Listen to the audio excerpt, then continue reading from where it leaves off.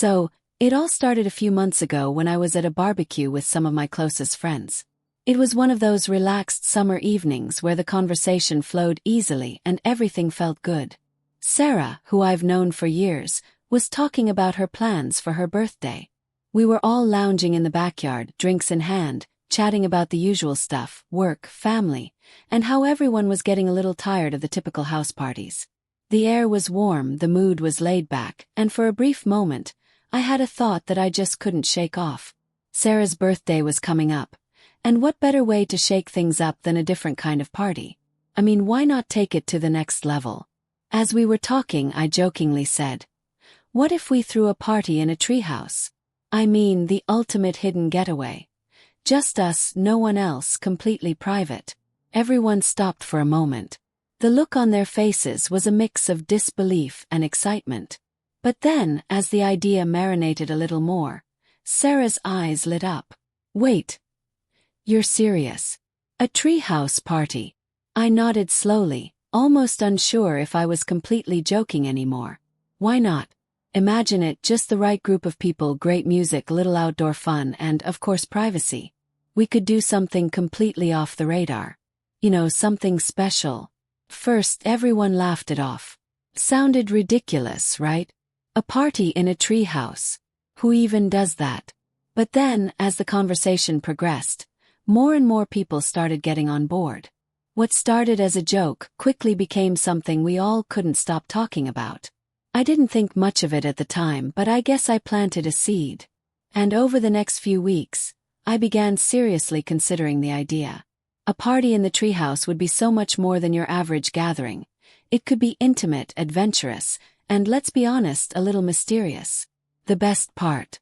It was completely off the radar, which meant we didn't have to deal with nosy neighbors or anyone else showing up uninvited.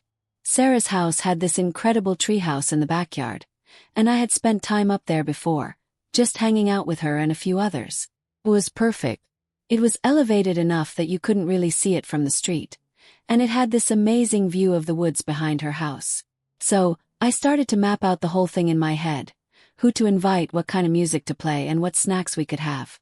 I wanted it to feel exclusive, like a VIP event, but with zero pretense. I began contacting people who I thought would be into the idea. Sarah, of course, was all in. She's always up for a good time, and she loved the idea of doing something unique for her birthday. I also reached out to a couple of my other close friends who had been to some unconventional parties before, so they weren't going to shy away from something a little out of the ordinary. We got everything planned. The treehouse was perfect for a small group, and I made sure the invitations were clear. An intimate, exclusive gathering. We didn't want too many people, just a handful of close friends and a few select acquaintances who would get the vibe. There was no need to go big. I wanted it to be more of a gathering, not a wild public affair. But oh boy, I had no idea what was about to unfold. The night before the party, I was both excited and a little nervous. I spent the entire day picking out some fun decorations.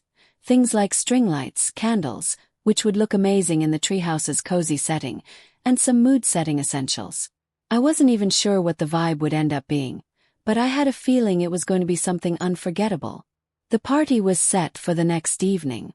I had the snacks lined up, think fancy cheeses, charcuterie, and little bites. The drinks ready, a couple of bottles of wine, some cocktails. And of course I made sure the playlist was curated to perfection. All the ingredients for an unforgettable night were there. But the next day I received a message from Sarah.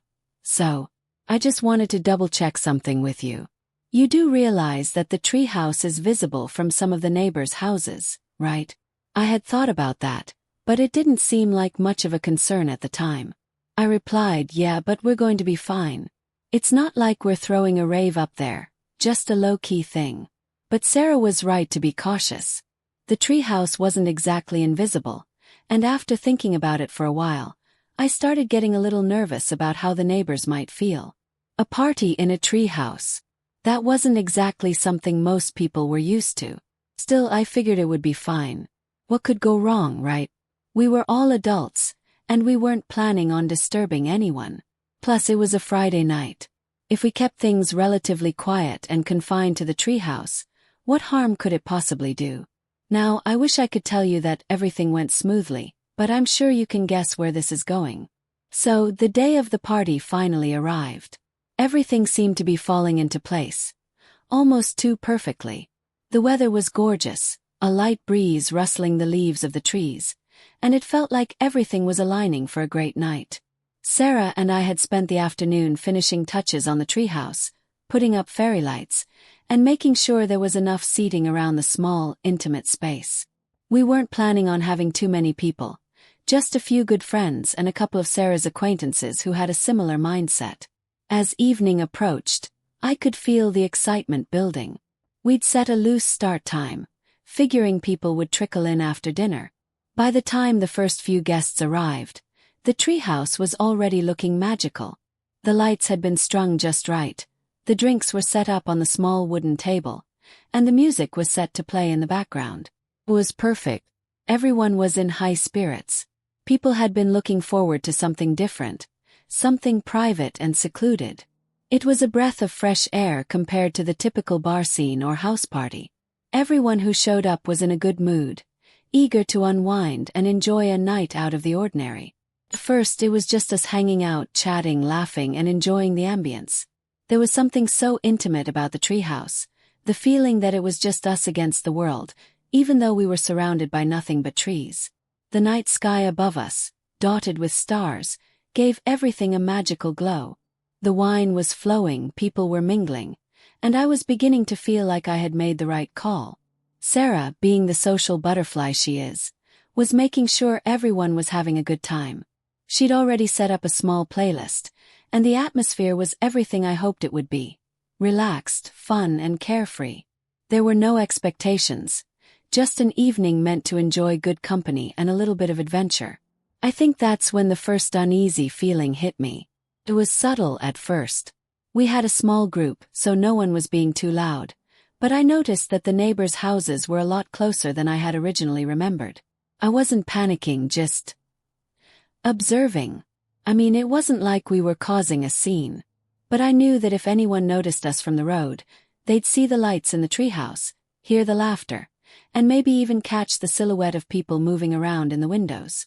I tried to ignore the creeping feeling of unease. As the night went on, things started to get even more fun.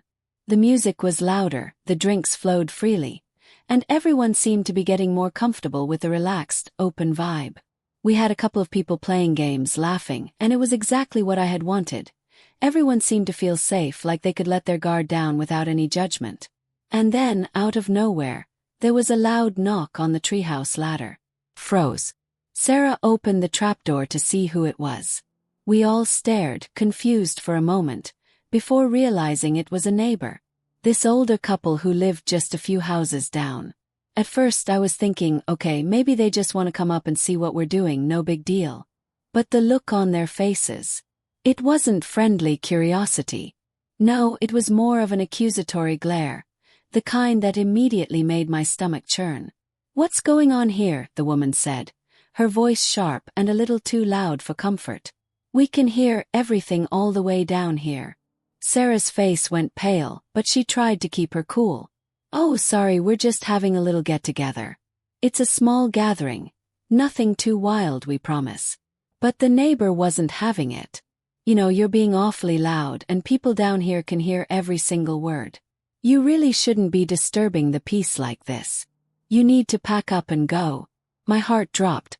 For a second, I thought maybe we could smooth things over, but the older woman was already backing up, heading to the street. "I'm calling the cops," she muttered, disappearing into the dark. A sinking feeling hit me in the gut. The last thing I wanted was for the cops to show up. That was the last thing we needed, and I could feel my anxiety spike. I turned to Sarah, who was looking just as shocked as I felt. "Did you hear what she said? She's really going to call them." Sarah's eyes were wide, and she was trying to calm herself down. "I guess we'll just have to wait and see. If they show up, we'll explain. It's not like we're doing anything illegal, right?" I nodded, but my mind was already racing. We had taken every precaution. We weren't being loud or disruptive. But there was no way of knowing how long it would take for the authorities to show up. I had hoped to keep everything so low-key, But I knew that at this point, the damage had been done. The night went from relaxed and carefree to filled with tension. We all tried to stay calm, but there was no denying that the atmosphere had shifted. People were glancing around nervously, wondering what was going to happen next. Then, about 30 minutes later, the lights of a police car flashed through the trees. I could feel the weight of reality crashing down on me. This wasn't what I had imagined when I planned this whole thing. What was supposed to be a fun, unique party had turned into a nightmare. I couldn't believe we were about to be caught in something so ridiculous. The worst part. I could already tell from the expressions on my friends' faces that this wasn't going to end well. The flashing lights grew brighter, cutting through the trees, and my heart sank even further. I could hear the distant hum of the police car's sirens, and I swear time slowed down as I watched it roll up the gravel driveway, pulling to a stop beneath the treehouse. I looked around trying to keep my cool, but I could see it on the faces of my friends. The same sinking realization that what was supposed to be a fun night had taken a sharp turn into chaos. The whole party had gone from relaxed laughter and good vibes to pure nervous energy. People started whispering amongst themselves, glancing toward the ladder, and I could feel the air becoming heavier. "Are we really doing this?" Sarah whispered, her voice barely audible. She was standing next to me, and I could tell she was starting to lose her usual calm demeanor. "I didn't think they'd actually call the cops." "I didn't think so either," I muttered, trying to hold my composure, even though I could feel the panic creeping up in my chest. "Just stay calm. Maybe they'll just tell us to keep it down. It's not like we've done anything wrong, right?" But as the door to the police car swung open, I knew that the situation was much worse than I'd hoped. 2 officers stepped out. One of them was a woman, tall and serious-looking, and the other was a man, shorter but just as stern. They both approached the base of the treehouse, and I could already hear the low hum of their conversation. "All right, you've got to be kidding me," the man said, looking up at the treehouse, clearly unimpressed. "We're getting complaints about noise, lights, and people up there disturbing the peace. What's going on?" My stomach churned, and I felt my breath hitch in my throat. The party was supposed to be small and low-key. We weren't hurting anyone, yet here we were, being scolded like children. Sarah stepped forward, trying to be the voice of reason. "We're sorry. We didn't mean to disturb anyone. We just wanted a small gathering, something a little different, you know? It's just friends hanging out." The female officer, who had crossed her arms, raised an eyebrow. "Is that so? Well, it's getting late, and we've had several calls about your gathering. Not to mention, this treehouse looks a little more like a party zone than a backyard hangout." I wanted to argue to defend ourselves, but I knew it wouldn't make a difference. These were just 2 officers doing their job. And it wasn't even about whether we were doing anything wrong. It was about disturbing the peace and the neighbors complaining. "We're not breaking any laws, right?" I asked, trying to sound as calm as I could, though the nerves were creeping into my voice. The man officer just shook his head. "You're right. No laws are broken. But the noise, the lights, the number of people. This isn't exactly a small gathering. It's already well past curfew, and you've got a good crowd for such a private spot." I could feel the weight of the situation pressing down. The neighbor who had called them in was likely sitting back, enjoying the show. And the truth was, I couldn't even blame her. From her perspective, we probably looked like a group of partygoers causing a disturbance. "You'll need to wrap this up," the woman officer said with finality, her tone making it clear that she wasn't willing to negotiate. "We can't have parties like this running late without proper permits. We've already had too many complaints." I glanced at Sarah, who looked like she was trying not to break down. She opened her mouth, likely trying to come up with something to ease the tension, but I stopped her with a quick glance. The situation was already out of our hands. It wasn't like we could argue our way out of this. We were going to have to shut this down, or worse, get into even more trouble. "I'm really sorry," I said, stepping forward. "We didn't mean to cause a disturbance. We'll pack up, no problem." There was a long, uncomfortable pause as the officers exchanged a glance. Finally the man spoke. "All right. But don't make a habit of this. If we get another call, it's not going to be as easy." I nodded, though I could feel the bitterness rising in me. If we get another call. That was a nice way of saying that this wasn't over. The officers turned to leave, but the female officer gave one last glance toward the treehouse. Just make sure you shut everything down, okay? Course. We will, I said, already mentally checking off the list of things we needed to do to get out of this without further confrontation. Once the police car was out of sight, the air felt like it had shifted completely. No more carefree fun. No more excitement. The mood was entirely different. I turned to look at my friends and I could see it. Everyone was either embarrassed, frustrated, or just plain exhausted. Sarah was pacing around the treehouse, rubbing her temples, and I could hear people murmuring. I can't believe this happened, one of my friends said, shaking her head.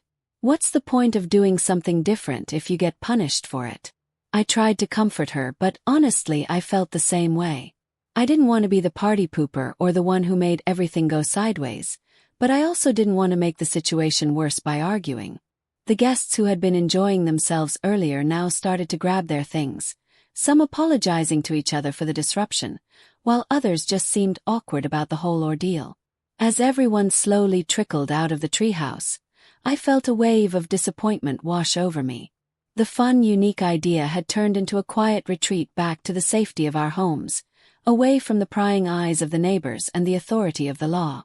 I stayed behind to help Sarah clean up, the weight of everything starting to hit me.